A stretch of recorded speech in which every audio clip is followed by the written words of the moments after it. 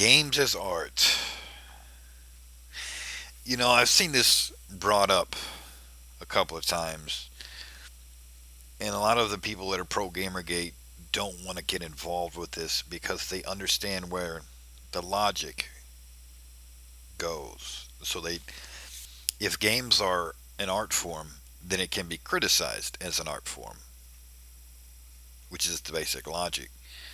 So if you have a problem with Anita Sarkeesian or Digra or women's studies or whatever, looking at video games as an art form, then you're not you're not being truthful or mature about video games as an art form if you think it can't be criticized.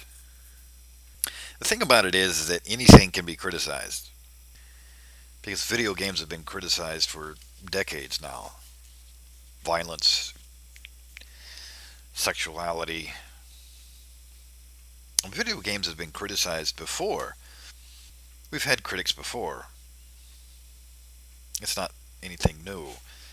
Feminist criticism is it's just your version of feminism that people have a problem with. This Puritan prattle that comes out as under the mask of feminism really irritates a lot of people because it's not really feminism. Let's see, the potential of the medium. If we don't want video games to be criticized, we are crippling the potential of the medium. Well, depends on what your potential is. Could be for propaganda.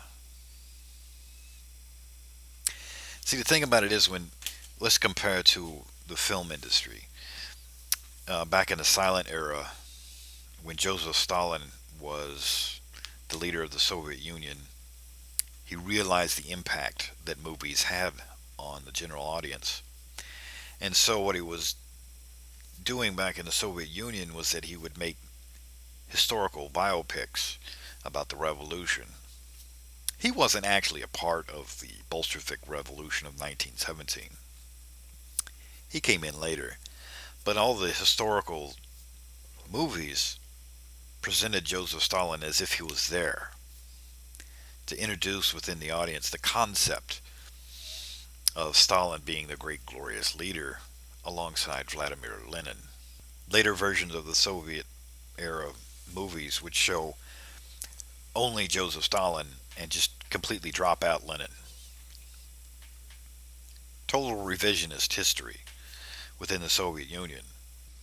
Anyway, in the 1920s, we had a scare here in the United States with the silent era films. There was an actor by the name of Fatty Arbuckle who had done a lot of immoral things in his movies and in his life. Eventually, there was rumors going around in Hollywood that there was a lot of drunken parties, a lot of alcohol, sex. It was a wild time in the 1920s. A lot of different movies came out with different standards of entertainment.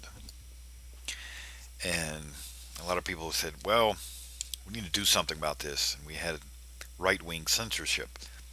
A Presbyterian minister by the name of William Hayes had decided to make a code in 1930 where you can't lower the moral standards. You have to show correct standards of life. Law, natural or human, shall not be ridiculed. Now, in 1915, there was a Supreme Court case called Mutual Film versus the Industrial Commission of Ohio, which said that freedom of speech is not for the movies. This allowed for direct legal censorship from various state censor boards. The destruction of the studio system allowed for different material to enter into films. The right lost the power to censor, and the left felt kind of like outsiders bucking the system. Well, the social justice warriors believe in the myth that they themselves are being the oppressed and that they're fighting for freedom, that they're fighting the system. But the problem is the system has been destroyed. Okay, there's no censorship board anymore. There's no status quo. As a matter of fact, what we're fighting for in Gamergate is to free ourselves of people that are in the establishment, that have money, that have wealth, that have connections, We're the proletariat. We're the working class.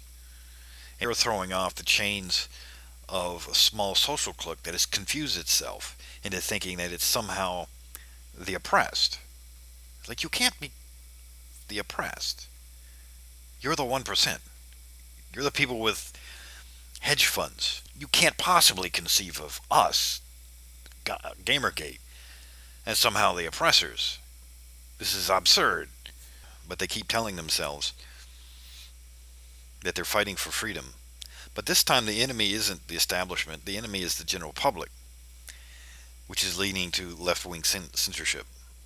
Their utopia does not exist, thus, they must control the culture to achieve their world. That somehow we don't know what's good for us. We need to be told and instructed and educated on what is good for us. There's the potential for the medium. Well, the potential for the medium in your eyes is to be educational. It's all propaganda and bullshit, but I know exactly what potential you're talking about. And it's a potential that should go down the toilet. The potential good that you see is defined by a select few and enforced to improve problematic games. The potential for the medium, potential bad for the medium, would be to reinforce sexism and immorality. Thus, we need to change the potential of the medium to be what we define as good. Well, what authority do you have to define what is good? What right do you have to define what is good?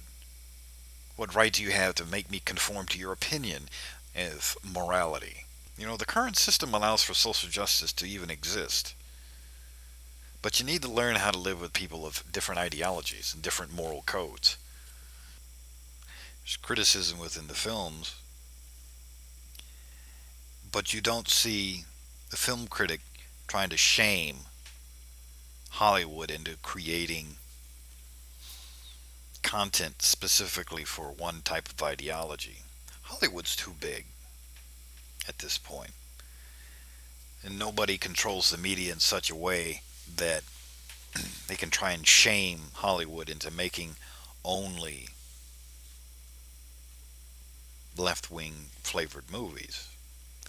But Hollywood is such a large industry that there's plenty of things that make it onto the screens. I saw God's Not Dead this year.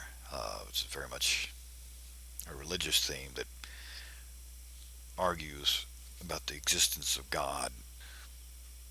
There's no real censorship. No matter of the amount of criticism from feminism can shut out movies. However, that's not what Digra's aiming at. Digra's actually aiming at a comics code authority, a Hays Code type deal with video games. We've seen the information, we've seen the proof of critical theory from, but the fact that they have gotten their claws within the gaming press to push that agenda. Yes, they don't understand that what they're doing is criminal because they're so self-righteous and so arrogant that they believe they're fighting for freedom, that they're fighting for inclusiveness and diversity and this, that, and another, some other buzzword. And like, no, you're not. You're fighting for control. There are plenty of examples already of how the criticism is not actual criticism. They're actually trying to browbeat and shame and concern troll the entire video game industry into obedience. That's not criticism. That's just evil. But once we get rid of the gaming media, plenty of people in Gamergate are going to declare victory and move on. Those of us that are stridently anti-Digra, no, we're going to continue to fight. No, your feminist criticism isn't there as an opinion to offer insight. No, you're there because you don't have the legal authority to censor. You don't have a code authority. You're trying to invent one. You can't tell me you're you're being a critic of an art form, because no art critic goes to a museum and then demands the painter redo the painting. That's asinine. No film critic watches a movie and then goes up to the director and say, "I need you to change this." You don't have the right to tell the director to refilm different shots. You don't have the right to tell the painter to repaint it because you don't like the ideology. The critic, the art critic, does not have the right nor authority to change the content of what they're criticizing. You gave your opinion. Thanks a lot. Well, guess what? Nobody cares about your opinion. They made the game anyway. Deal with it. You have no right, no authority. Sure as hell not as a damn critic. To demand changes to fit your opinion, to fit your tastes. That's where the problem is. You can't sit there and hide behind criticism of art. You're not fooling anybody. Because art critics don't demand that the painting gets changed. Film critics don't make those changes. They don't have that right. No critic of video games has the right to demand changes to fit their tastes.